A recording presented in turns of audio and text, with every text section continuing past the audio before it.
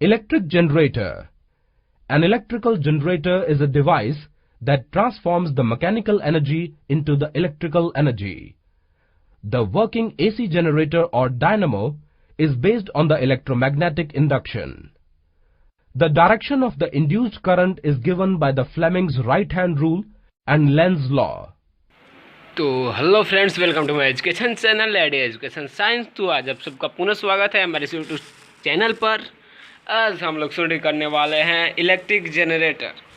क्या शुरू करने वाले हैं? Electric generator. तो सबसे पहले समझते हैं कि इलेक्ट्रिक जनरेटर में सिंपली ऐसा क्या होता है जो उससे हमें इलेक्ट्रिसिटी प्रोड्यूस होती है। तो इलेक्ट्रिक जनरेटर में सिंपली होता है ये हमारा टरबाइन के रोटेट करने से ही क्या होता है कि इलेक्ट्रिक हमारा उत्पन्न होता है। इलेक्ट्रिक उत्पन्न करने के लिए या तो हम टरबाइन पर स्टीम, हाई स्पीड स्टीम से क्या कहलाता है, मूव करवाएंगे टरबाइन को, या वाइंड मिल से मूव करवाएंगे टरबाइन को, या बहते हुए पानी उस पर डालकर उसे मूव करवाएंगे। तो किसी भी तरह से करेंगे तो हमें ये इलेक्ट्रिसिटी प्रोड्यूस हो जाएगा। अब आप लोग सोचते होंगे इलेक्ट्रिसिटी प्रोड्यूस कैसे होता है। तो जैसे कि हमारे फैराडे सर ने इलेक्ट्रोमैग्नेटिक इंडक्शन निकाला था। इलेक्ट्रोमैग्नेटिक इंडक्शन, इसमें क्या बताया था कि अगर मैग्नेटिक फील्ड फिक्स कर दिया जाए और कंडक्टर को उसके चारों ओर घुमाया जाए तो उस पर इलेक्ट्रिसिटी प्रोड्यूस होता है। तो चलिए उसी का इस्तेमाल करके हम एक जनरेटर को समझते हैं। तो मैंने सिंपली यहाँ पे मैंने एक फिगर है, जैसा कि हमने मोटर में लिया हुआ था, तो इसमें लिया मैंने एक रेक्टेंगुलर कॉइल, उसके चारों ओर मैग्नेटिक फील्ड क्रिएट हो रहा है। अब जैसे ही कि ये कॉइल रोटेट करेगा तो क्या होगा, हमारा इलेक्ट्रिसिटी प्रोड्यूस होने लगेगा। जैसा कि ये फिगर में दिख रहा है आप लोगों को। इसमें इसके रोटेशन से, इस कॉइल के रोटेशन से क्या हो रहा है कि हमारा इंड्यूस्ड करंट क्या हो रहा है कि प्रोड्यूस होने चालू हो जा रहे हैं। तो इलेक्ट्रिक जनरेटर इसी पर वर्क करता है। इसका सिंपली प्रिंसिपल होता है ये इलेक्ट्रोमैग्नेटिक इंडक्शन, और वर्किंग होता है mechanical energy into electrical energy में कन्वर्ट करता है। तो अब हम लोग समझते हैं कि इंड्यूस्ड करंट किस किस डायरेक्शन में हमारा करंट इंड्यूस होगा। तो इस कॉइल पर लेते हैं ये पिंक वाले। तो हम लोग इंड्यूस्ड करंट के डायरेक्शन को निकालने के लिए हम लोग यूज करेंगे फ्लेमिंग राइट हैंड रूल का, जो हमने पिछले क्लास में बता दिया था। तो इसमें ये क्या कहता है कि तीनों फिंगर को ऐसे लो कि तीनों आपस में एक दूसरे के म्यूचुअली परपेंडिकुलर हो, और ये हमारा थंब इंडिकेट करता है फोर्स, और ये हमारा फोर फिंगर मैग्नेटिक फील्ड, और ये मिडिल फिंगर इंड्यूस्ड करंट को इंडिकेट करता है। तो चलिए अब हम लोग इंड्यूस्ड करंट के डायरेक्शन को निकालने में इस फ्लेमिंग राइट हैंड रूल की हेल्प लेते हैं। तो शुरू करते हैं। जैसे कि ये हमारा मैग्नेटिक फील्ड इधर लेफ्ट साइड में है, और इसके थंब को इंडिकेट करेंगे इस कंडक्टर के मोशन की तरफ। तो हमारा ये मिडिल फिंगर क्या देगा, इंड्यूस्ड करंट के डायरेक्शन को दे देगा, यानी कि शो कर देगा। तो हम लोग शुरू करते हैं। शुरू करने से पहले क्यों ना आप लोग इस वीडियो को पॉज करके खुद से आप लोग ट्राई कीजिए इस फ्लेमिंग राइट हैंड रूल का इंड्यूस्ड करंट निकालने के लिए। तो कर लिया आप लोगों ने। तो हम लोग ये राइट डायरेक्शन में पॉइंट कर रही है। देखो, मैग्नेटिक फील्ड हमेशा नॉर्थ पोल से साउथ पोल की तरफ पॉइंट करती है। तो यानी कि मेरा फोर फिंगर ये राइट डायरेक्शन में पॉइंट करना चाहिए। तो यानी कि मेरी हैंड ये कुछ ऐसी ही दिखने वाली है। देखो, थंब ऊपर की तरफ है, फोर फिंगर राइट डायरेक्शन में है। तो यानी कि मेरी मिडिल फिंगर ये अंदर की तरफ पॉइंट कर रही है, स्क्रीन के अंदर की तरफ। यानी कि इस पिंक वायर में इंड्यूस करंट ये अंदर की तरफ आने वाला है। हाँ, अब आओ सेम चीज करते हैं ब्लू वायर के लिए भी। देखो, ब्लू वायर ये नीचे की तरफ मोशन कर रही है, यानी कि मेरा थंब इस बार नीचे की तरफ पॉइंट करेगा। और फिर मैग्नेटिक फील्ड ये तो अभी भी राइट डायरेक्शन में है, यानी कि फोर फिंगर ये अभी भी राइट डायरेक्शन में होने वाली है। अब अगर इस बार मैं करूं तो राइट हैंड कुछ ऐसे अलाइन होने वाला है, और इस बार तुम्हें दिख रहा होगा कि मिडिल फिंगर ये स्क्रीन के बाहर की तरफ पॉइंट कर रहा है, यानी कि इस ब्लू वायर में करंट ये बाहर की तरफ आने वाली है, ये इंड्यूस आउटवर्ड होने वाली है। तो देखो, हमने यहाँ पे ये देखा कि जब वायर मैग्नेटिक फील्ड में ये ऊपर की तरफ आए तो यानी कि करंट इंड्यूस होती है इनवर्ड डायरेक्शन में, और जब वायर इस मैग्नेटिक फील्ड में नीचे की तरफ जाए तो फिर इसमें इंड्यूस करंट होती है आउटवर्ड डायरेक्शन में। इस चीज को याद रखना, इसका इस्तेमाल हम आगे करने वाले हैं। अब आओ मैं हाथों को हटा देता हूं और करंट की डायरेक्शन को दिखाने के लिए एरोज का इस्तेमाल करता हूं।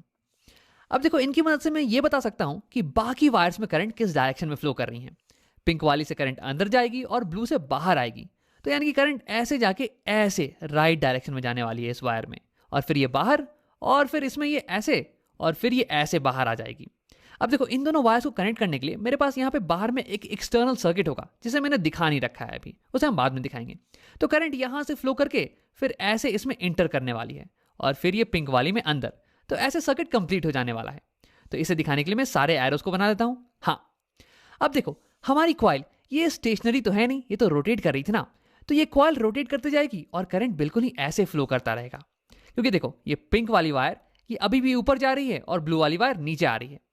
लेकिन जैसे ही ये कॉइल वर्टिकल हुआ, वर्टिकल पोजीशन में आया, वैसे ही देखो अब पिंक वाली वायर ये नीचे आने वाली है और ब्लू वाली ऊपर जाने वाली है। देखो फिर से इसे देखते हैं, ये वर्टिकल हुआ और ये, हाँ, अब पिंक वाली वायर नीचे जाएगी। और हमने ये देख रखा है कि जो भी वायर नीचे जाती है उसमें करंट बाहर की तरफ इंड्यूस होता है और जो वायर ऊपर जा रही है उसमें करंट अंदर की तरफ इंड्यूस हो रहा है। तो इसका मतलब ये कि यहां पे करंट की डायरेक्शन स्विच हो जाने वाली है कुछ ऐसे, और फिर ये कॉइल ऐसे ही रोटेट करता रहेगा जब तक कि फिर से ये वर्टिकल पोजीशन में ना आ जाए।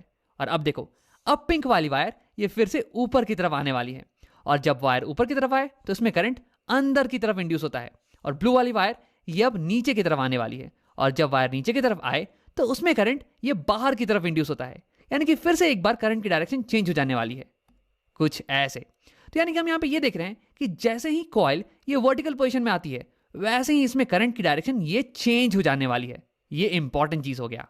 तो अगर मैं तुम्हें इस पूरे मोशन का एनिमेशन दिखाऊं तो ये कुछ ऐसा दिखने वाला है। देखो जब भी हमारी कॉइल ये मैग्नेटिक फील्ड के परपेंडिकुलर आएगी तो फिर करंट की डायरेक्शन ये चेंज हो जाने वाली है। हाँ, वैसे मैं इस एनिमेशन में कॉइल को रोक दे रहा हूं जब भी ये परपेंडिकुलर आ रही है मैग्नेटिक फील्ड के, ताकि तुम इंड्यूस करंट की डायरेक्शन को चेंज होता हुआ देख सको। वैसे असलियत में ये मोशन बिल्कुल ही कंटिन्यूअस होने वाला है और ये कॉइल कभी रुकने वाली नहीं है। अब तुम्हारे दिमाग में एक सवाल उठ रहा होगा कि राम, मैं इन दोनों वायर्स को एक्सटर्नली कैसे कनेक्ट करूं ताकि ये लूप क्लोज हो जाए और उसमें करंट कंटिन्यूअसली फ्लो करे। तो इसके लिए हम एक नए अरेंजमेंट का इस्तेमाल करने वाले हैं। देखो अगर मैं एक एक्सटर्नल सर्किट लूं और उसे डायरेक्टली कनेक्ट कर दूं इन वायर से कुछ ऐसे, तो जब ये कॉइल ये रोटेट करना चालू करेगी तो ये वायर्स ये आपस में उलझने लगेंगे कुछ ऐसे, और ये जो कनेक्शन है ना ये ब्रेक हो जाने वाला है। तो इसी से बचने के लिए हम एक नए अरेंजमेंट का इस्तेमाल करते हैं जिसमें होते हैं कुछ स्लिप रिंग्स और ब्रशेस। ये कुछ ऐसा दिखता है।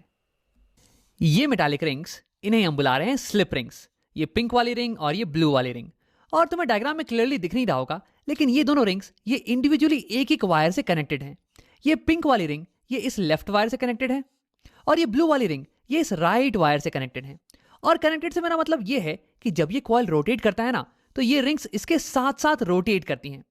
अब ये स्लिप रिंग्स ये कनेक्टेड होती हैं कार्बन ब्रशेस से, ये ब्रश और ये ब्रश। वैसे कनेक्टेड नहीं होती हैं बल्कि केवल टच कर रही होती हैं। मेरा मतलब है कि जब ये स्लिप रिंग्स रोटेट करेंगी ना तो ये ब्रशेस इसके साथ रोटेट नहीं करेंगी बल्कि ये केवल इसके ऊपर स्लिप करने वाली हैं, और इसलिए तो हम इन रिंग्स को स्लिप रिंग्स बुलाते हैं। अब अगर तुम्हें ये समझ में नहीं आ रहा हो तो मैंने यहाँ पे एक पिक्चर बना रखा है तुम्हें समझाने के लिए। देखो यहाँ पे एक ब्रश है जो कि एक रिंग को टच कर रही है। अब अगर ये रिंग रोटेट करेगी ना तो ये ब्रश इसके साथ साथ रोटेट नहीं करने वाली है बल्कि ये केवल उसके ऊपर स्लिप करती रहेगी। तो यहाँ पे हमारा सर्किट तो कंप्लीट हो चुका है। देखो यहाँ पे ब्लू वाले वायर से करंट आएगी और फिर ये जाने वाली है इस ब्लू वाले स्लिप रिंग में। देखो ये वायर केवल एक स्लिप रिंग से कनेक्टेड है। फिर यहां से करंट ये ट्रांसफर हो जाने वाली है बाहर के सर्किट में because of this carbon brush, और उसके बाद फिर करंट यहां से यहां जाएगी इस कार्बन ब्रश में, और फिर ये करंट को ट्रांसफर कर देने वाला है इस पिंक वाले स्लिप रिंग में। और ये पिंक वाला स्लिप रिंग ये केवल कनेक्टेड है इस वायर से, तो इसलिए करंट केवल इसमें जाने वाली है।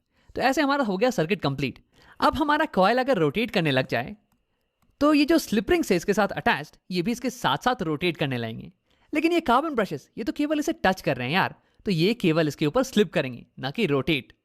अब देखो ये स्लिप रिंग्स और कार्बन ब्रशेस ये दोनों मिलके बाहर वाले वायर्स को उलझने से बचाती हैं और ये अंदर के कॉइल और बाहर के सर्किट के बीच में इलेक्ट्रिकल कॉन्टैक्ट को मेंटेन रखती हैं, दोनों के बीच में सर्किट को कंप्लीट रखती हैं। अब देखो जैसे ही हमारा कॉइल ये वर्टिकल पोजीशन में आएगा वैसे ही इंड्यूस इलेक्ट्रिक करंट इसकी डायरेक्शन ये रिवर्स हो जाएगी कुछ ऐसे। तो अब करंट पिंक वाले वायर से होके पिंक वाले स्लिप रिंग के थ्रू, इस कार्बन ब्रश के थ्रू, इस बल्ब के थ्रू जाके फिर ये ब्लू वाले स्लिप रिंग में जाएगी और फिर ये उल्टा ऐसे कॉइल के अंदर इंटर कर जाने वाली है। तो यानी कि कॉइल के हर आधे चक्कर पे इस सर्किट में बहने वाला करंट ये अपनी डायरेक्शन को रिवर्स कर देगा। तो मान लो कि जब करंट इस डायरेक्शन में फ्लो कर रही थी तो हमारा बल्ब ये ब्लू लाइट से ग्लो कर रहा था। अब ठीक आधे चक्कर के बाद ये हमारी रिवर्स हो गई करंट, तो यानी कि करंट अब उल्टे डायरेक्शन में फ्लो कर रही है। अब मान लो कि बल्ब ये येलो कलर की लाइट से ग्लो कर रहा है। अब अगर तुम पूरे एनिमेशन को देखो तो ये कुछ ऐसा दिखने वाला है। अब इस मशीन को हम बुलाते हैं जनरेटर, इलेक्ट्रिक जनरेटर, क्योंकि ये इलेक्ट्रिक करंट को जनरेट करता है। और इस करंट की खास बात यह है ना कि ये करंट हमेशा कंटिन्यूअसली अपना डायरेक्शन चेंज करती रहती है, और इसे हम बुलाते हैं ऑल्टरनेटिंग करंट या फिर एसी। अब देखो, इसके बारे में एक इंटरेस्टिंग फैक्ट ये है कि जब भी तुम्हें करंट को लंबी दूरी तक ट्रांसमिट करना हो, जैसे कि पावर हाउस है तुम्हारे घर तक, तो फिर एसी को ट्रांसमिट करने में ज्यादा फायदा है compare to unidirectional current या फिर डीसी। इसलिए हमारे घरों में एसी करंट ही आता है। और हाँ, क्योंकि ये जनरेटर हमें एसी करंट दे रहा है, इसलिए इसे हम बुलाते हैं एसी जनरेटर। अब मान लो कि तुम्हें डीसी जनरेटर बनाना हो जो कि तुम्हें एक डायरेक्ट करंट दे, मतलब कि इस सर्किट में जो करंट है ना उसकी डायरेक्शन चेंज नहीं करे, बिल्कुल सेम ही रहे। मान लो कि कुछ ऐसे इसी डायरेक्शन में करंट जाए, तो उसके लिए क्या करना होगा? तो सबसे पहले आओ इन स्लिप रिंग्स को हटा देते हैं। तो अगर मुझे इस सर्किट में इलेक्ट्रिक करंट की डायरेक्शन को हमेशा मेंटेन करके रखना है, तो उसके लिए हर आधे साइकिल पे मुझे कार्बन ब्रश और इस वायर के बीच के कनेक्शन को चेंज करते रहना पड़ेगा। आप देखते हैं कि क्यों। तो देखो, इस पर्टिकुलर सेटअप में अगर मुझे चाहिए कि ये करंट की डायरेक्शन ये सेम रहे, तो मैं इस कार्बन ब्रश को इस पर्टिकुलर वायर से कनेक्ट कर दूंगा, ये पिंक वाली साइड की वायर से। तो देखो, करंट ऐसे जाएगा ये पिंक वाले के थ्रू, फिर ब्लू वाले से होके फिर ये बाहर निकल के आ जाएगा और ये सर्किट कंप्लीट हो गया। लेकिन देखो, ये कॉइल तो रोटेट कर रही है ना, तो थोड़ी देर बाद ये कॉइल वर्टिकल पोजीशन पे आ जाने वाली है, और जैसे ही ऐसा होगा तो ये करंट की डायरेक्शन ये चेंज कर जाएगी। अब अगर सर्किट में मुझे करंट को ऐसे ही मेंटेन करना है, तो इस बार मुझे इस कार्बन ब्रश को कनेक्ट करना पड़ेगा इस वायर से, ये ब्लू वाली साइड की वायर से। तभी तो करंट ऐसे जाएगी और ये ब्लू वाले के थ्रू फिर पिंक वाले से निकल के फिर ऐसे सर्किट कंप्लीट हो जाएगा। अब देखो, फिर से आधे साइकिल के बाद ये वायर वर्टिकल हो जाने वाली है, ये कॉइल वर्टिकल हो जाएगी और फिर करंट फिर से चेंज कर जाएगा अपना डायरेक्शन। अब इस बार अगर मुझे सर्किट में करंट को सेम मेंटेन करना है, तो इस बार इस कार्बन ब्रश को मुझे इस वायर से कनेक्ट करना पड़ेगा, पिंक वाली साइड के वायर से। तभी तो देखो, करंट ऐसे जाएगी, फिर ये ऐसे जाके फिर ऐसे निकल के सर्किट कंप्लीट हो जाएगा। तो तुम्हें दिख रहा होगा कि कैसे मुझे हर आधे साइकिल के बाद कार्बन ब्रश और वायर के बीच के कॉन्टैक्ट को चेंज करना पड़ रहा है, मुझे कार्बन ब्रश को अलग दूसरे वायर से कनेक्ट करना पड़ रहा है। तो अब हमें ये सोचना है कि ऐसा क्या करें जिससे कि ये कनेक्शन में चेंज ये ऑटोमेटिकली आए और ये हमेशा कंटिन्यूसली आता रहे। तो इसके लिए हमें चाहिए होगा एक नए टाइप का ring, split rings. Slip rings नहीं, स्प्लिट रिंग्स। मतलब कि अगर तुम्हें एक रिंग को लो और उसे बीच से आधे आधे हिस्से में बांट दो, तो तुम्हें मिल जाएगा स्प्लिट रिंग्स। स्प्लिट रिंग्स बनी होती है दो आधे रिंग से जिनके बीच में थोड़ा सा गैप हो। अब आओ देखते हैं कि इसकी मदद से कैसे हम हर आधे साइकिल पे कॉन्टैक्ट को चेंज कर सकते हैं। तो अभी स्टार्टिंग में हमारा कार्बन ब्रश ये पिंक साइड के कॉन्टैक्ट में है, ये देखो। और स्टार्टिंग में हमें बिल्कुल यही चाहिए था ताकि करंट की डायरेक्शन ऐसे ही मेंटेन रहे। लेकिन देखो, थोड़ी देर बाद हमारा कॉइल ये रोटेट करके वर्टिकल हो जाएगा और फिर करंट की डायरेक्शन ये चेंज हो जाने वाली है। लेकिन यहां देखो, हमारा ब्रश ये ब्लू साइड के कॉन्टैक्ट में आ गया है और ये बिल्कुल ही अच्छी चीज है, क्योंकि अभी भी हमारा करंट का डायरेक्शन ये बिल्कुल ही मेंटेन रहने वाला है। अब देखो, तुरंत थोड़ी देर बाद ये जो कॉइल ये फिर से रोटेट करके वर्टिकल पोजीशन में आ जाने वाला है और फिर करंट की डायरेक्शन चेंज कर जाएगी। लेकिन यहाँ देखो, हमारा ब्रश ये पिंक वाले साइड के कॉन्टैक्ट में आ गया है और हमारी करंट की डायरेक्शन ये अभी भी चेंज नहीं हुई है एक्सटर्नल सर्किट में। तो तुम्हें दिख रहा होगा कि कैसे इन स्प्लिट रिंग्स का इस्तेमाल करके हम ऑटोमेटिकली ब्रश और वायर के बीच के कॉन्टैक्ट को चेंज कर पा रहे हैं। तो यहाँ पे हमने बना लिया है अपना डीसी जनरेटर। ये हमें डायरेक्ट करंट देता है। देखो, बाहर के सर्किट में करंट की डायरेक्शन ये हमेशा मेंटेन रह रही है। अब देखो, एक छोटी सी चीज, कम्यूटेटर एक ऐसा डिवाइस होता है जो कि किसी भी सर्किट में करंट की डायरेक्शन को रिवर्स कर दे। देखो, यहाँ इस केस में कॉइल में करंट की डायरेक्शन ये हमेशा चेंज हो रही है, लेकिन बाहर वाले सर्किट में करंट हमेशा एक ही डायरेक्शन में मेंटेन है और ऐसा हो पा रहा है स्प्लिट रिंग्स के कारण। तो स्प्लिट रिंग्स यहाँ पे कम्यूटेटर का काम कर रही हैं। अब आओ वीडियो को यहीं पे खत्म करते हैं। यहां हमने देखा कि अगर मैं एक कॉइल को मैग्नेटिक फील्ड के अंदर रोटेट करवाऊं, तो फिर उसके अंदर इलेक्ट्रोमैग्नेटिक इंडक्शन के कारण करंट जनरेट होने वाला है और इस करंट की डायरेक्शन ये डिपेंड करेगी कि वायर ये मैग्नेटिक फील्ड में ऊपर जा रहा है या फिर नीचे।